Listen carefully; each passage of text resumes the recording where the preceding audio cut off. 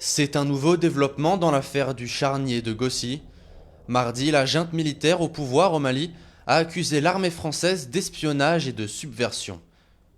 À la télévision nationale, le porte-parole du gouvernement malien reproche à la France d'avoir non seulement violé à plusieurs reprises son espace aérien, mais surtout d'espionner en toute illégalité les forces armées maliennes.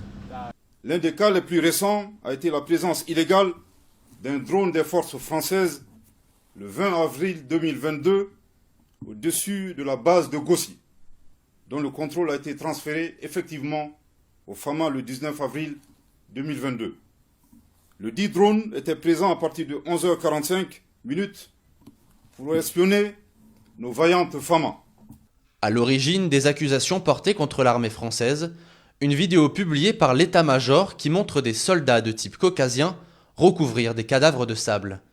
Des cadavres provenant a priori d'une opération menée par les forces armées maliennes. L'état-major français laisse entendre que ces soldats blancs sont des membres du groupe militaire Wagner. Faux, répondent les Maliens, qui se défendent de chercher à mener une attaque informationnelle. Le Mali reproche à la France non seulement de l'espionner, mais aussi d'être coupable de subversion. Outre l'espionnage, les forces françaises se sont rendues coupables de subversion en publiant des fausses images montées de toutes pièces afin d'accuser les FAMA d'être les auteurs de tueries de civils dans le but de ternir l'image des forces armées maliennes engagées pour la libération du territoire, la protection et la sauvegarde des populations éprouvées par une longue crise sécuritaire.